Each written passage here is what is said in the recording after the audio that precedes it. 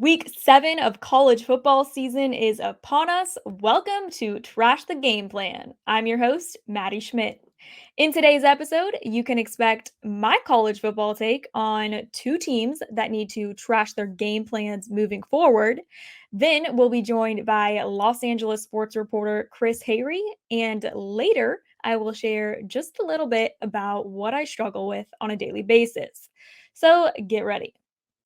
All right, college football. The first team that needs to trash their game plan is the Oklahoma Sooners. They're coming off a Red River beatdown against Texas. It was just that, a beatdown. Both sides of the ball, atrocious. Sooner fans, I feel for you. Things are rough right now. It is only Brent Venables' first season as head coach, so bear with him. But the Sooners have dropped 2 games in a row by 30 or more points. Defense has been non existent. They look pretty uninspired, honestly. The defense just needs to get a game plan, not necessarily trash it, but get one. The Oklahoma quarterback situation is bad. The Oklahoma passing situation, it's bad. So, my advice to the Sooners right now is try to establish a run game. Doesn't have to be amazing, anything. Establish a run game, get some time off the clock so that your defense doesn't have to be on the field anymore. Because giving up 30, 40, 50 points ain't going to cut it. Your offense can't hang. Oklahoma won't win. Next team that needs to trash their game plan is the Auburn Tigers. Offensive woes. Brian Harsin is on the hot seat, and it's heating up because Ole Miss, they got Ole Miss on deck next week. Undefeated, Lane Kiffin, things are going to be rough. But a lot of Auburn's problems right now are completely coachable. They fell to the Georgia Bulldogs last weekend. Nope, I didn't expect them to win against the number one team in the nation, but there's no reason they should have had 10 penalties for 60 yards. Penalties, that's coachable. Another issue Auburn has right now is the turnovers. It's atrocious. Hold on to the ball. That's coachable. No, Auburn doesn't have the best talent, the best roster right now, but that is okay because they can be coached to their talent level and they can at least play by the rules and stop with the penalties because they're not going to stand a chance. If they want to salvage their season, they have to get the penalty and turnover situation under control moving forward. The SEC West is competitive, and right now, things are rough for the Tigers. All right, now we got to move on to the NFL because we have Chris Hayre joining the podcast all the way from Los Angeles. Welcome to Trash the Game Plan podcast, Chris. First off, thank you so much for being here. How are you today?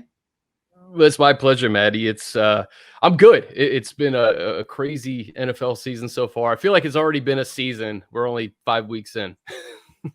It really is crazy. I think we connected on Twitter a while back via the Chargers. You have a big fan of your work. You have a ton of experience, not just covering the Chargers, but you've worked for multiple NFL franchises, NFL Network, Bleacher Report, the list goes on. How about we start by you just kind of giving a little bit of your background so that viewers and listeners know who we're talking to today? Yeah, well, you know what? My background is very different. I've worked in sports for over 20 years, and I got my start at a sports radio station in DC. I was doing a bunch of things in the Northern Virginia, DC area. I worked on the now Washington Commanders tailgate show and did a ton of things for the football teams, Maryland football, the Orioles, kind of list goes on and on there with radio. And I knew I wanted to work in sports. I wanted to be on the media side, but an opportunity came about to get an internship with the Washington football team. And that was my boyhood team growing up. I went to every single game as a kid. And I told myself, like, this is like a dream job for me. So I took the internship. It turned into a full-time job there. And I think in your mid-20s, early 20s, you're trying to figure out kind of what the next step is going to be. I was there for 2 years, and I knew I wanted to be in sports, and I wanted to be on the media side, but you kind of take the path you're given. So I applied to a bunch of NFL teams, and then in LA, there was no NFL team. So I sent my resume kind of blindly to the Lakers, and they had a position open in their corporate partnerships department. So, me being in my early 20s and knowing all about the Lakers and their history, I said, man, what an opportunity this would be. So I told myself I'd go out there for a couple of years. I could always go back to the East Coast. I blink, it was 9 seasons. I was there for 9 of Kobe's last 10 years. I eventually got promoted to director of corporate partnerships. So I was doing something completely different than what I originally wanted to do.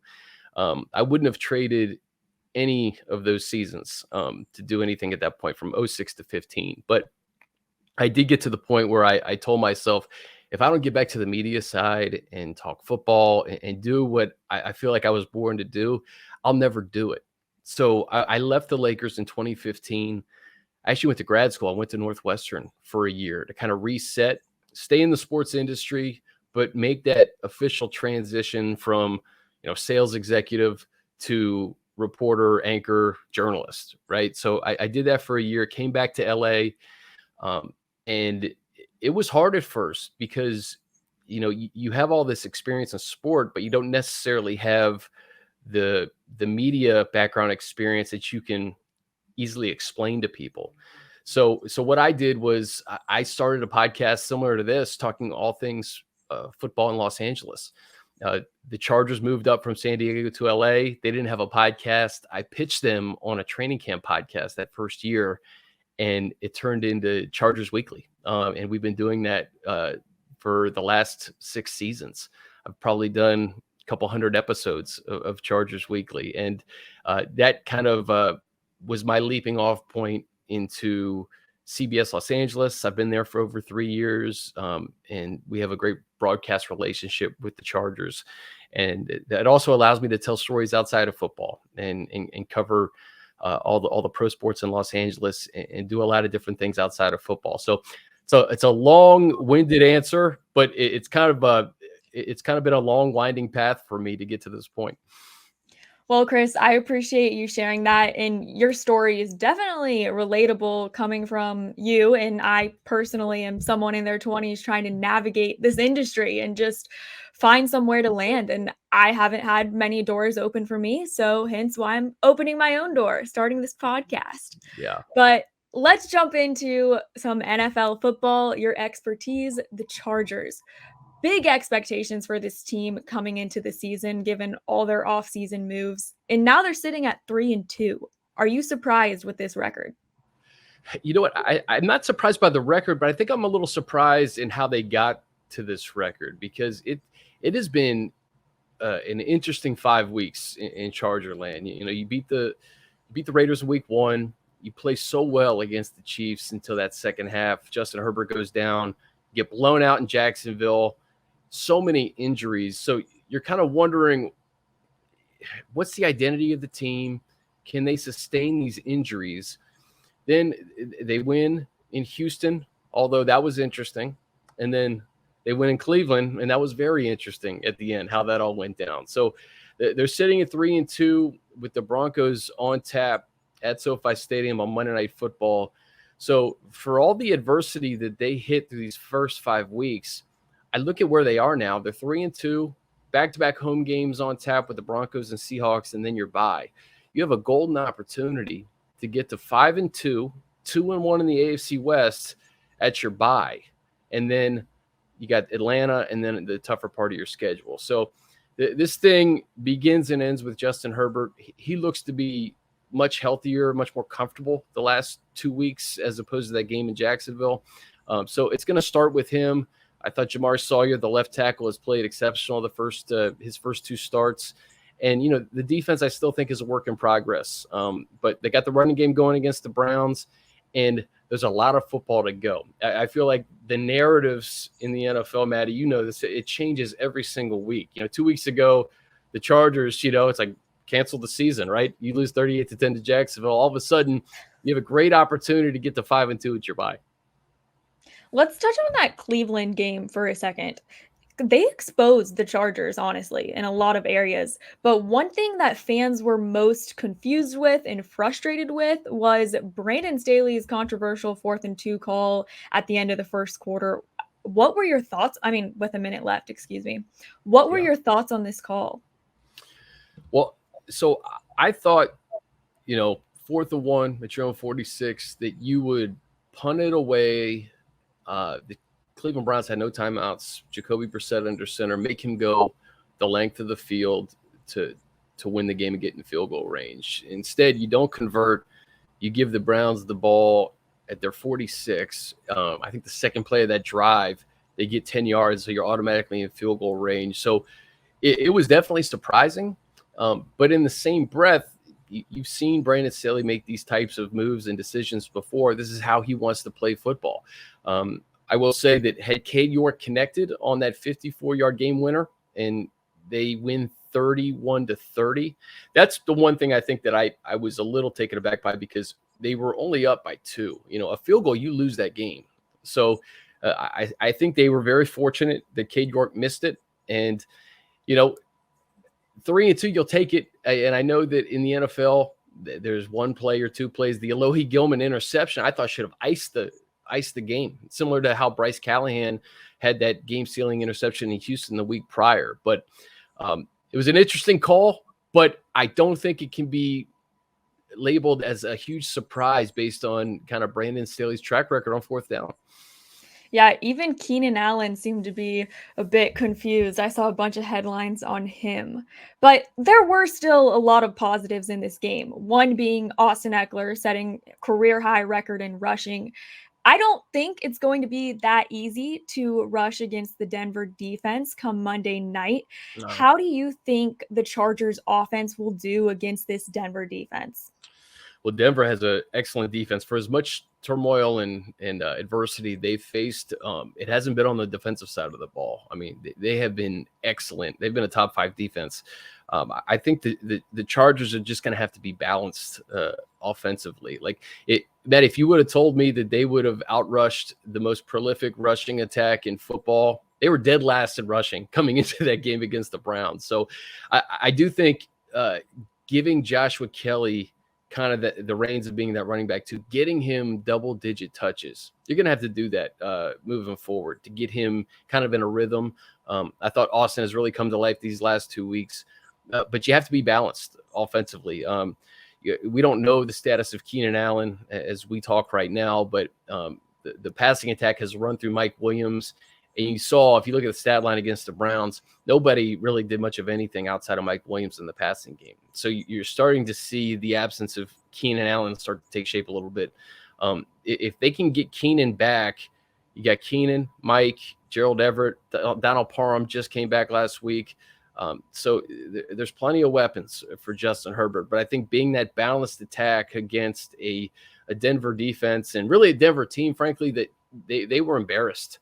They were embarrassed on national TV on Thursday night, and they're going to be on national TV again against a rival with 10 days rest. That this is kind of feels like their last stand, right? That they need to show out against the Chargers to kind of save their season. So the Chargers should expect the best ball from the Broncos here Monday night.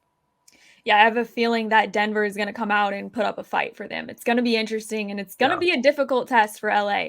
But let's move into the NFC for a second. This week's Thursday night football game, Commanders and Bears. Yeah. Honestly, at this point, I feel like Ron Rivera is fighting for his job.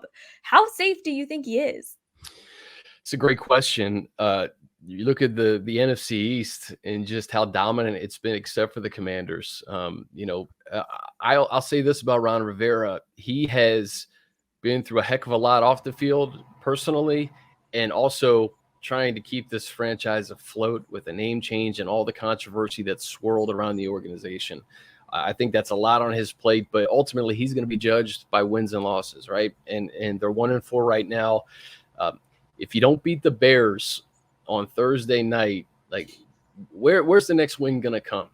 So I don't know if the Commanders are really in the spot that we thought they were going to be in. I thought the defense was going to be a lot better. I thought Carson Wentz, frankly, was going to be a lot better. And it just seems like he he's either not protected or he holds on the ball too long. They haven't been able to get anything going consistently offensively. I think Ron Rivera is an incredible human and a great man, but ultimately in the NFL, you're judged by wins and losses. The Thursday night game against the Bears, you lose, you go to 1-5. There's some problems in Washington. It's rough on both sides of the ball, Yeah. especially the offense, though. I've been pretty underwhelmed by the offensive line. What do you think that the Commanders must do to beat Chicago or have a chance at beating Chicago? Gosh, I think you have to get up on them early. Your strength is big plays down the field with Carson Wentz. You have to be more consistent with that. I think if you get up early on the Bears, Maddie, I don't think Justin Fields can come back from that. Justin Fields hasn't shown the ability to make the big play and to have a high-flying attack in Chicago through the air. So that's the strength of Washington. If Washington can get deep with McLaurin and De'Ami Brown, who got loose on Sunday, and there's a lot of weapons offensively. Carson Wentz just has to find these guys, get up early, play from ahead against the Bears. I think if you do that, you can get to 2-4. We'll see. It'll be interesting. Washington definitely has a lot to fight for. Chris, I'm going to leave you on this one question. From a reporter's perspective, which NFL team do you think needs to trash their game plan moving forward? Ooh, that's a good question. Man, you know what? I hate to say it. I was so excited for this team coming into the year, and they showed promise the first few weeks, but it's getting progressively worse. Detroit losing 29-0 to the Patriots. Defensively, they've been a mess. And to have Bailey Zappi be the quarterback of a team that beats you 29-0, you may have to trash the game plan. Start from scratch. I was so high on Detroit coming in, and the way that they played hard. They play hard every game, but I think Sunday was a reminder that they have a long way to go, losing to the Patriots in that fashion. It was a wake-up call. Chris, thank you so much for being here. I really appreciate it. All right, enough sports talk for today's episode of Trash the Game Plan. I gotta share with you guys some of my struggles lately as a short person because it has just been extremely annoying. I don't know if you know how tall I am, but I am 5 feet tall. A whole 5 feet. That is right. I don't feel that short though. And honestly, I don't mind being short. There are just some frustrations and struggles that come in certain situations where being short is just an issue. One being trying to buy clothing. I'm having a photo shoot in November for some new professional photos and a couple things for the podcast. Stay on the lookout. I'm very excited. So, I've been looking for a couple of new outfits. One being a fitness and workout sort of deal that I can have for a photo, not my grungy old sports bra or running shorts that I have right now that I actually used to exercise in. Something photo worthy. And I thought, okay, this will be super easy. All the time you see the models and the ads wearing a matching biker short sports bra type of look or leggings and a sports bra. Yeah, it'd be super easy. Even Target has matching sets. How hard can it be? Well, first off, crop tops are not crop on my 5 feet self who has a torso that's like yay big. I don't know what I'm doing with my hands if you're watching this. Anyways, yeah, crop tops are not crop. So I decided to hop on Amazon and order a few things because their stuff tends to run a little bit smaller than the actual stores, and it's a little sketch, if you know what I'm saying. Might be a little trashy looking on the average person. But since I'm short, I thought, okay, this stuff that is a little questionable might actually work on me. So I ordered a crop top, a couple other crop little jacket set things. They came. Yeah, it's all going back, which reminds me I need to get on and do the return label thing and take it over to UPS because it's just not going to work. So, what I decided on is hiring my mom over here, few bedrooms over in our house, to operate on this sweatshirt and try to make it cropped and cut the neck even and work on it for me and see if it'll work. We'll see how that turns out. No promises on this photo shoot. I will say I have been trying though. The photo shoot isn't till November. It's what? It's early October. And I started in September. Who knew I would need 2 months trying to find new clothes as a short person? I thought workout clothing would be super easy. No, it's not. Let me tell you guys, when I am rich and I am famous, hopefully that day will be sooner than later. I will be hiring someone who is a designer and a fashionista to partner with me and create petite clothing for women because there's none of that out there. Yeah, they have petite sections, but it's not petite enough and it doesn't work and sometimes it's not cute. Buying jeans also, by the way, that's just a no-go for me. I hate wearing pants because they never fit right. Dress pants, jeans, no. All my pants have been hemmed, which is another added cost. I always have to fit in that to whatever the cost of the pants is or the jeans. Well, we got to add on X, Y, and Z because we got to go over to the seamstress and get it hemmed or altered. Same thing with dresses. They're almost always too long. I've been very happy lately that middies are a thing. Midi dresses for the dudes listening that have no clue what a midi is. A midi dress goes down but fits between the knee and the ankle. So it's in the middle, a midi. I wore one to my brother and now sister-in-law's wedding back in September and it was really cute. I actually liked it. And it didn't have to be hemmed, shockingly. Shout out to Abercrombie. I don't usually shop there, but they do carry double XS, triple XS. And yeah, it was very helpful in my situation of need there for the wedding.